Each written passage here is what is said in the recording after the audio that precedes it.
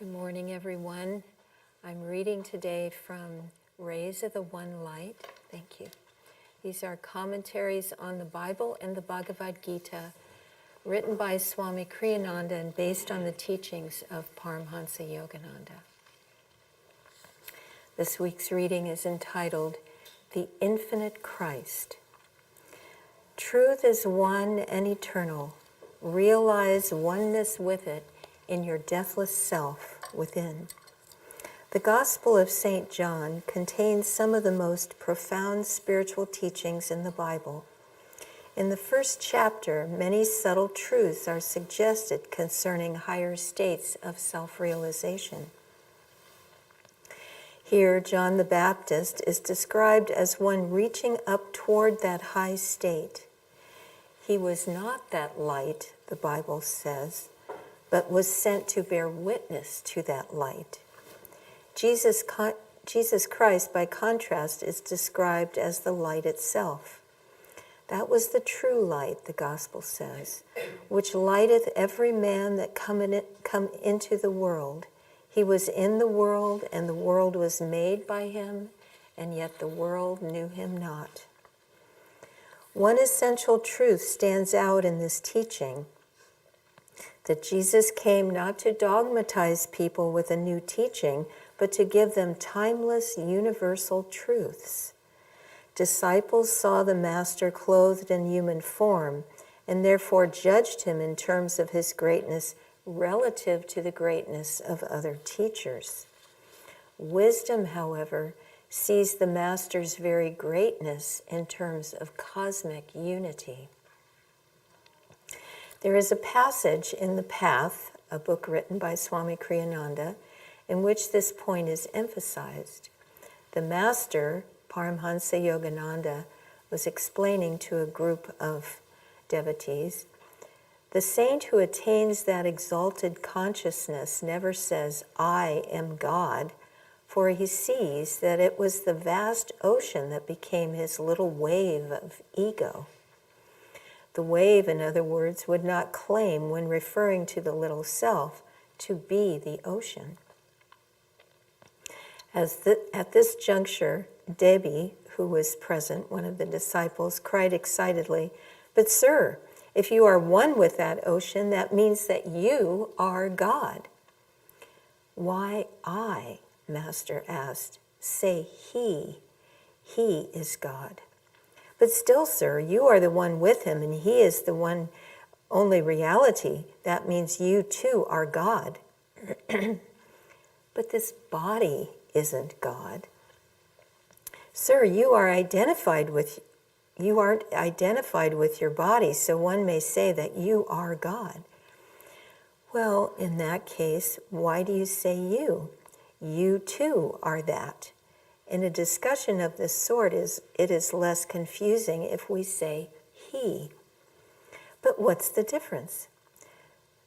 Master began. "The scriptures say," Davy broke in, "it's only your humility, sir, that makes you distinguish between yourself and him." "How can there be humility when there is no consciousness of ego?" Master replied. Triumphantly, Debbie cried, "But if you have no ego left, that means you are God." Master laughingly continued the earlier statement which Debbie had interrupted. "The scriptures say, he who knows Brahma becomes Brahma." "There," cried Debbie, "you said it yourself."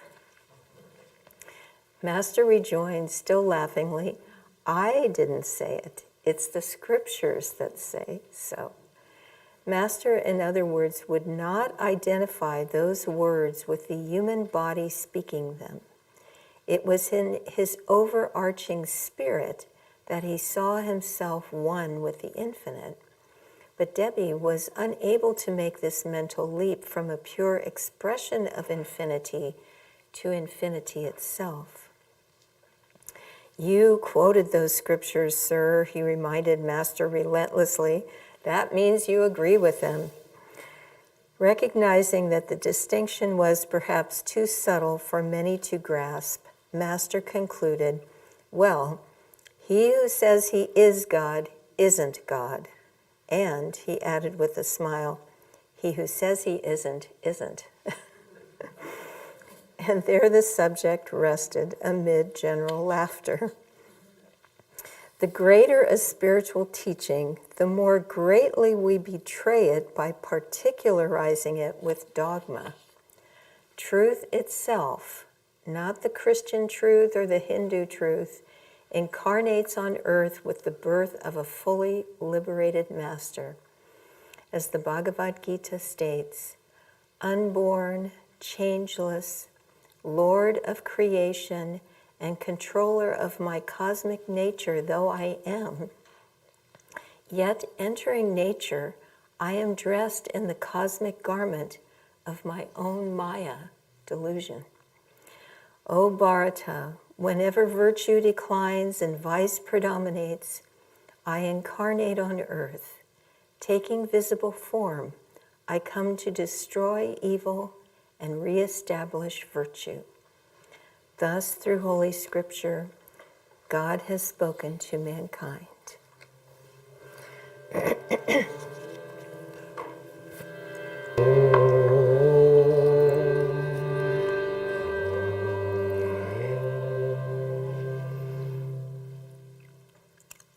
Well, this is a very interesting topic. Becoming one with God does not mean that we become God, because God is in every atom of creation. God is in every leaf and every flower and every blade of grass. We are a reflection of that infinity, but we are not the totality of it. The scriptures say that God is perfect, absolute stillness. And from that perfection of blissful stillness, he vibrated, I don't know how they came up with this, but 1% of his consciousness. Just a tiny, tiny fraction of his consciousness, he began to vibrate. And that vibration manifested the entire universe that we know, that we are part of. As the Festival of Light that we'll do in a little while states, you are a part of all that is. No part of that creation is ever left behind or forgotten or becomes lost in some way. That aspect of creation that you are will be and forever has been part of that infinite consciousness. So no energy is ever lost. No person is ever lost from us. In that spirit, we will always be together. When I lost my father, this was many years ago, I had a dream about him some few days or weeks after he passed, and we were just sitting together, and we were talking, and I said, Dad, in my next incarnation, I hope I get to have you for my dad again. Just in the future, I want you for my dad. And he said, I could never not be your dad. No matter what, we are connected to everything that is. We went to Ananda Village yesterday. There was a minister's retreat just for the day. And a minister of Ananda is someone who actively wants to share Master's teachings, not necessarily as a teacher, but as someone who wants to give and wants to dedicate their whole life to sharing Master's vibration. And it's a step of wanting to be more in tune with God, wanting to make it more dynamic to your life. And so there were many people there from all the colonies, from India, from Italy. And it was very inspiring to me because some of these people I have known for nearly 50 years. And we are all showing the time, showing the age. However, what I found so inspiring was that there was as though no time had passed. Old friends, even if you haven't seen each other in years, if you are practicing these teachings, if you are trying to make God foremost in your life, then you pick up right where you left off. And that's how it is with all souls and all of our dear ones, our family, and the ones we love. There was a beautiful talk by Jyotish, he and his wife are the spiritual directors of Ananda worldwide. And he gave a beautiful talk which applies to anyone who wants to be more in tune with these teachings. And Neha, I'm getting feedback here. Can you lower it a little bit? Pull down the monitor.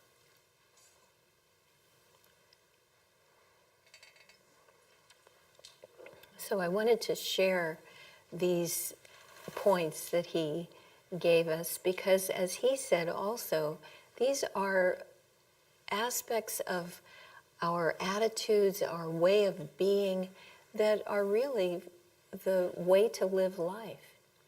And he said the first one is attunement. Attunement with God, attunement with the gurus, attunement with life itself. If we strive always to do God's will, to live well, to live in goodness and by the principles of morality that are outlined in the yoga teachings, the yamas and the niyamas, if we live always listening for God's answer. Prayer is asking, as the Festival of Light says, ask that the power of God replenish you in body, mind, and soul. If we are asking, and if we are listening for God's answer to all of our questions, all of our needs, all of our desires, if we are listening, that listening and adapting to God's will, that is attunement.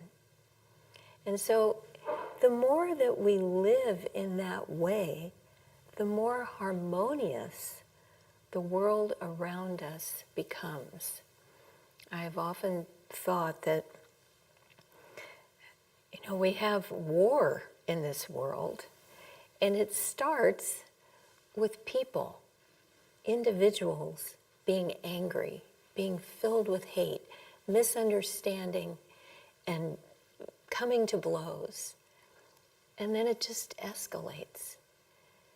And if we want peace on earth, we have to de-escalate till it comes down to us and we can let go of how my mother treated me and how this happened and I didn't get that promotion and all those things that we get angry and upset about.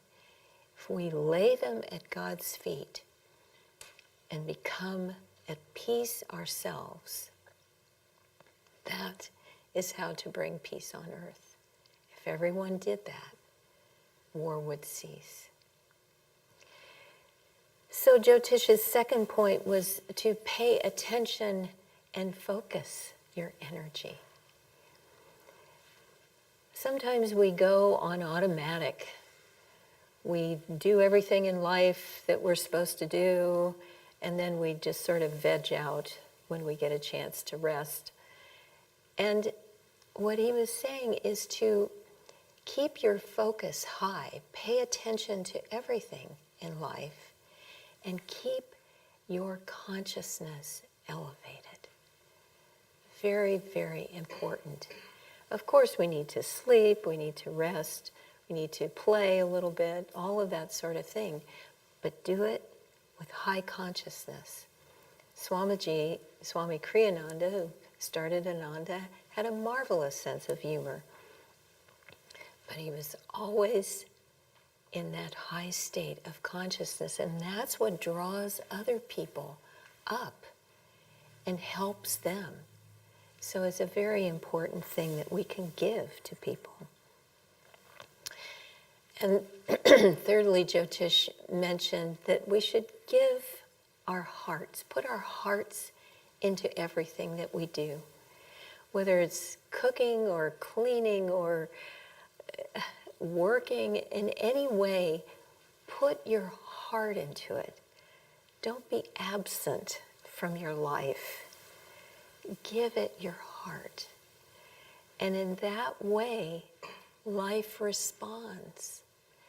You can't phone in your life. You have to live it and put energy in your heart into everything you do.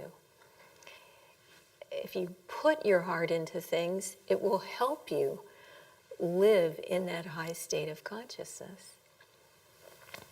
And lastly, he said to relax and enjoy the ride, which many of us have difficulty doing because there's so much to worry about, so little time, and so many worries.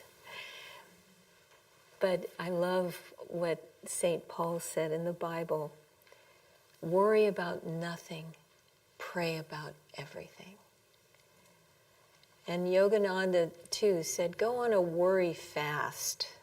Just don't go there. Don't give in to worries. Give it all to God. And if you do that, if you really genuinely lay it at God's feet, then He will come and He will help you in all that you're trying to do.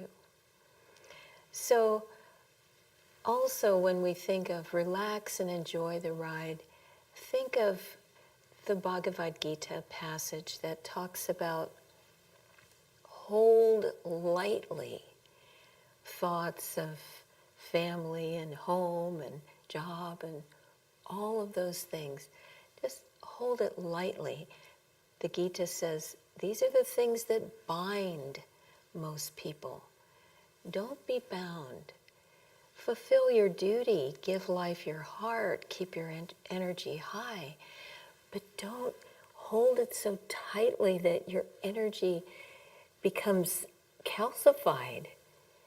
Hold this life lightly. It came from God. God is in every moment of it, and it belongs to God. So give it to Him now. Don't wait till the moment of death where you have to wrench it from yourself and the angel of death wrenches it for you. Offer it. Hold it only lightly. It's only ours for a moment. Give it to God and let Him work through you. Love people through you. Think through you. Serve through you.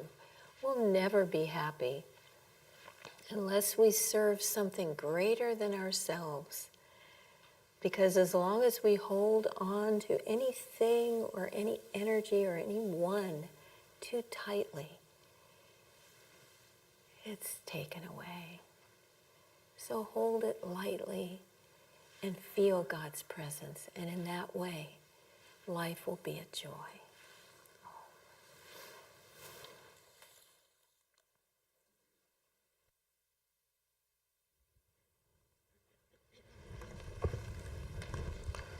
Sometimes when we speak, one of us or the other of us will either take the thought that we were going to express, which didn't happen this morning, but occasionally what will happen is one of us will express a thought that the other one then wants to segue onto. And so I'm going to, Nirmala expressing the give life your heart leads to a song that cannot be avoided, so I'll sing it. But I wanted to start with what may sound like an obscure quotation from the Dalai Lama, but approach love and cooking with reckless abandon.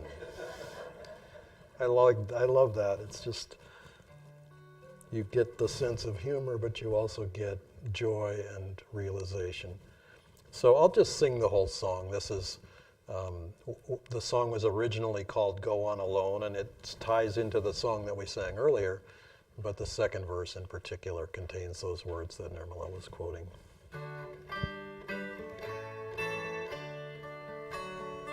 Walk like a man, even though you walk alone. Why court approval once the road is known? Let come who will, but if they all turn home, the goal still awaits you. Go on alone, follow your dream, though it lead to worlds unknown. Life's but a shadow, once our dreams have flown. What if men cry, your dream is not our own? Your soul knows the answer. Go on alone. Give life your heart. Bless everything that's grown. Fear not the loving. All this world's your own. Make rich the soil, but once the seed is sown, seek freedom, don't linger. Go on alone. Go on alone. Go on alone.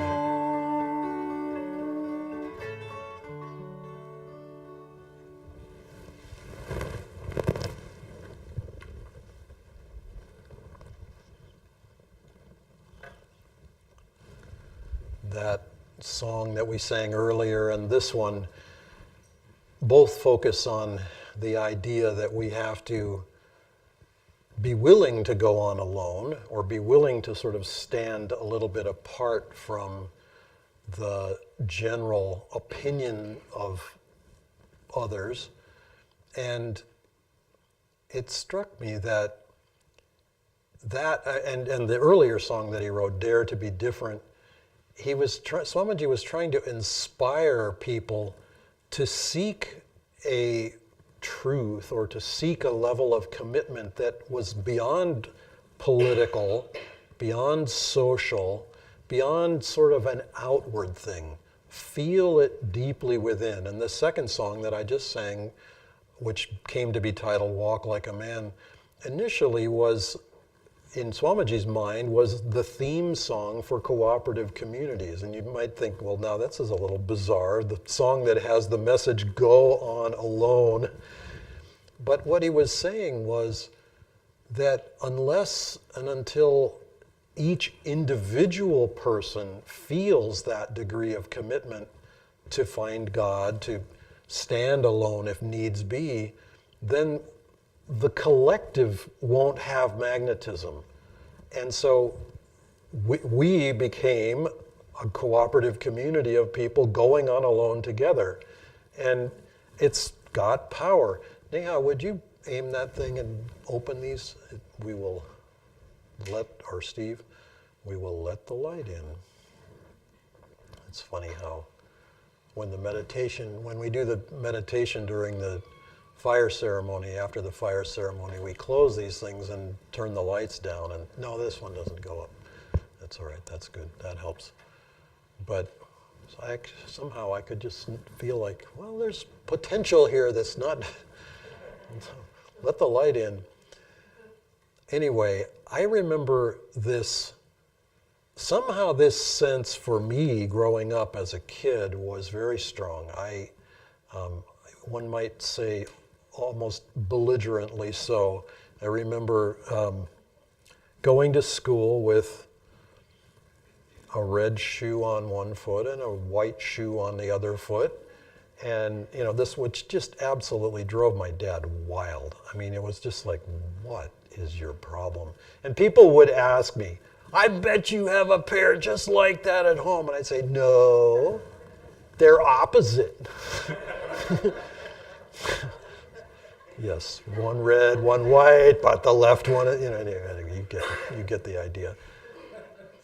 Anyway, and another thing that I would do is when I was running in high school, I had these knee socks from my dad, these real tall black socks, the typical office socks. Well, I also had real tall white socks. So I would put black and white and roll the white over on top of the black on the left side, and then I would do it the opposite way on the right side. And so I'd have the black rolled over the white anyway, whatever. It was ego. Let's call a spade a spade. It was ego. However, it was also a willingness to say, no, I will figure it out for myself. And that's the basis of getting on the path. The willingness to say, I need to understand it for myself. It's not good enough for somebody to say it to me. Now, the somebody saying it to you can be really, really helpful. Let's be honest about this and fair about this, because if we're going to jump off a cliff or we're going to get into some icky situation, it's helpful to have somebody saying, hey, don't think you want to do that. Somebody who's willing to give us the guidance, or if we're willing to seek the guidance, somebody just say, it's fascinating. Nirmala was talking about getting to know people and developing friendships that span many decades. And it's fascinating how we were talking with some of these folks yesterday and having a real conversation, not just the kind where you're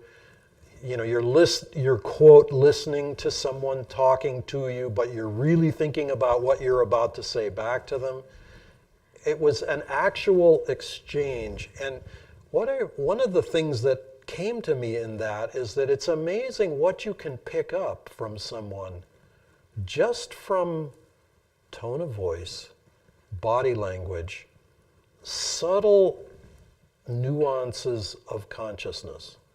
And there can be profound implications in that. You can pick up something that was never said in words, but was given nevertheless, if you're sensitive enough to understand it.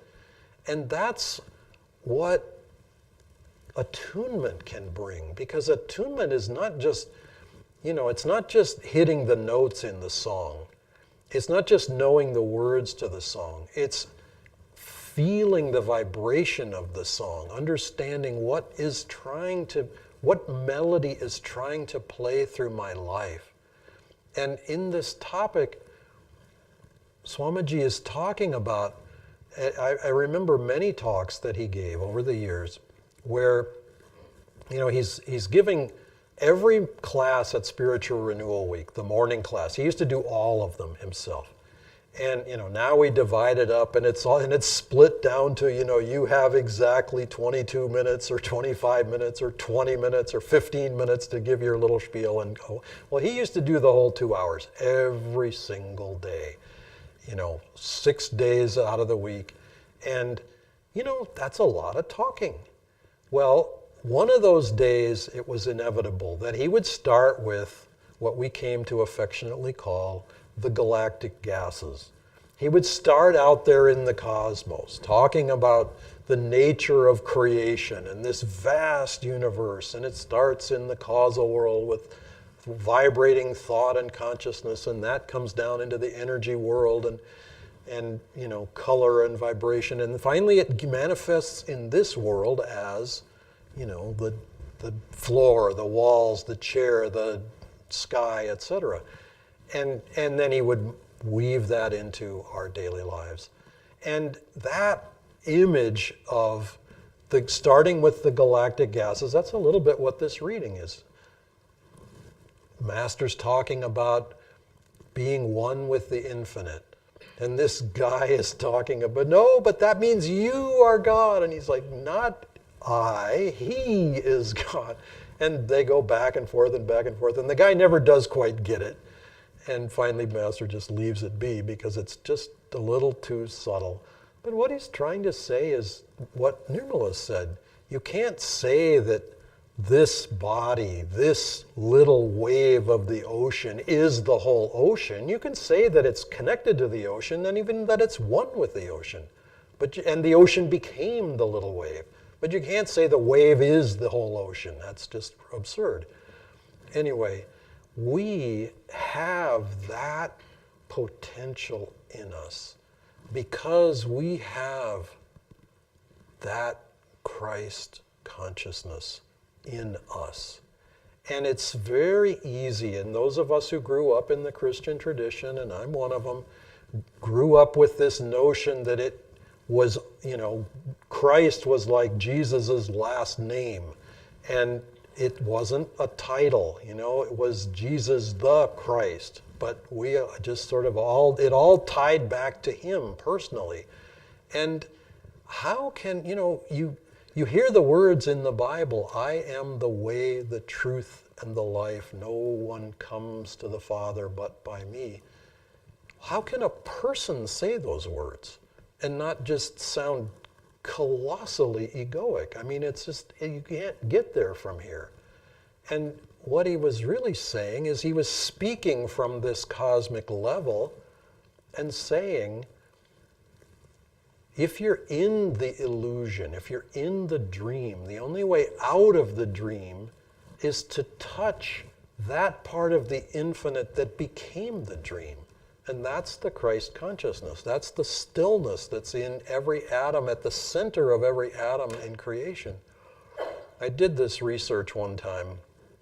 I'll go all physics on you here for a moment. Did this research about how fast does an electron move?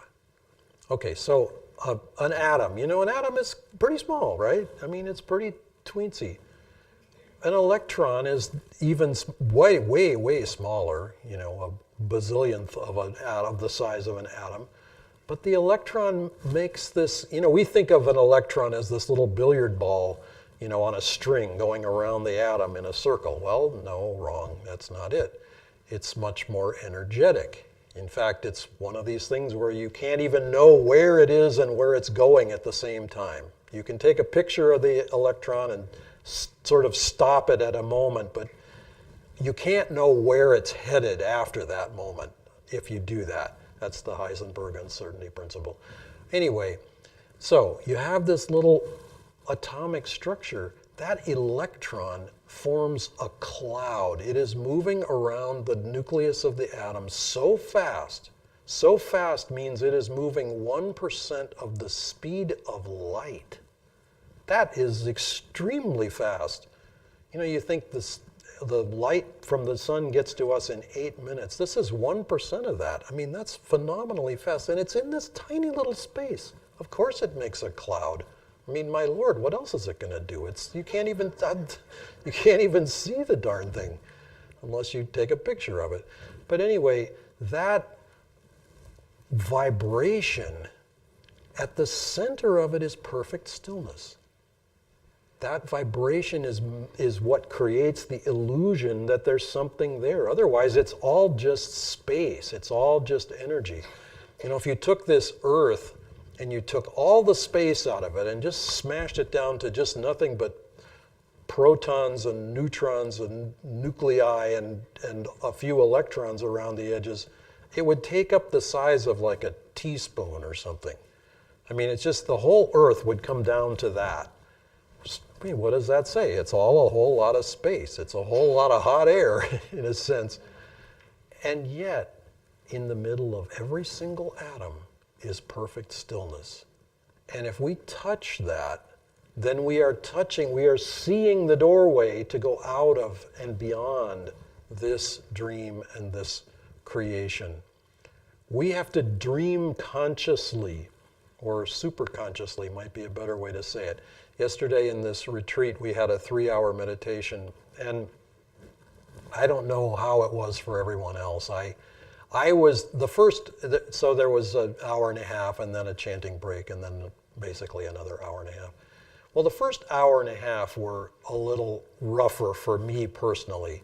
I don't usually talk about what's happening in my meditation, but somehow it seems appropriate today. And, few cell phones went off. There shouldn't have been, nobody should have had their blasted cell phone on in that room, but somehow, darn notifications go off. They go off at the most amazingly inopportune moments. It's just, and in weird ways, but you know that it's somebody's cell phone. Well, anyway, several different little bits of competition were going on there. But the second half of the meditation, after the chanting break, it's like everyone had paid their dues for an hour and a half, and it just got very, very still in there.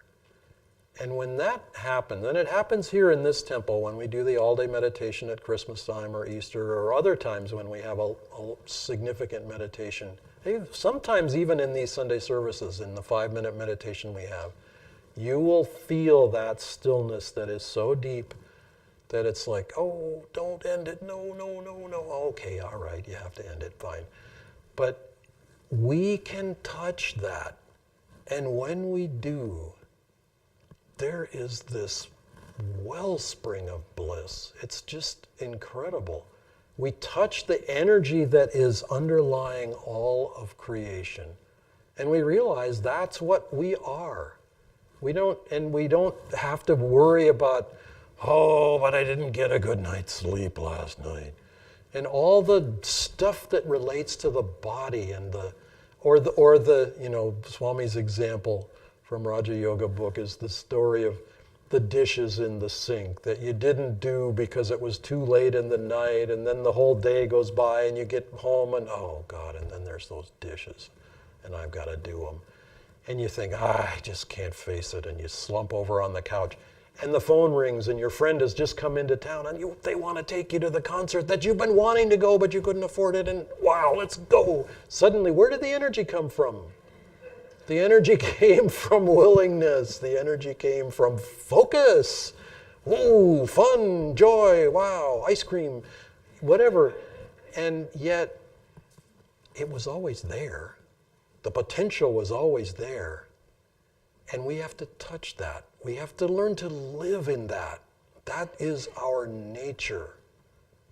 Christ didn't just come 2,000 years ago to wag his finger at us and, show us how wrong and stupid we are. He came to give us an example of what's possible.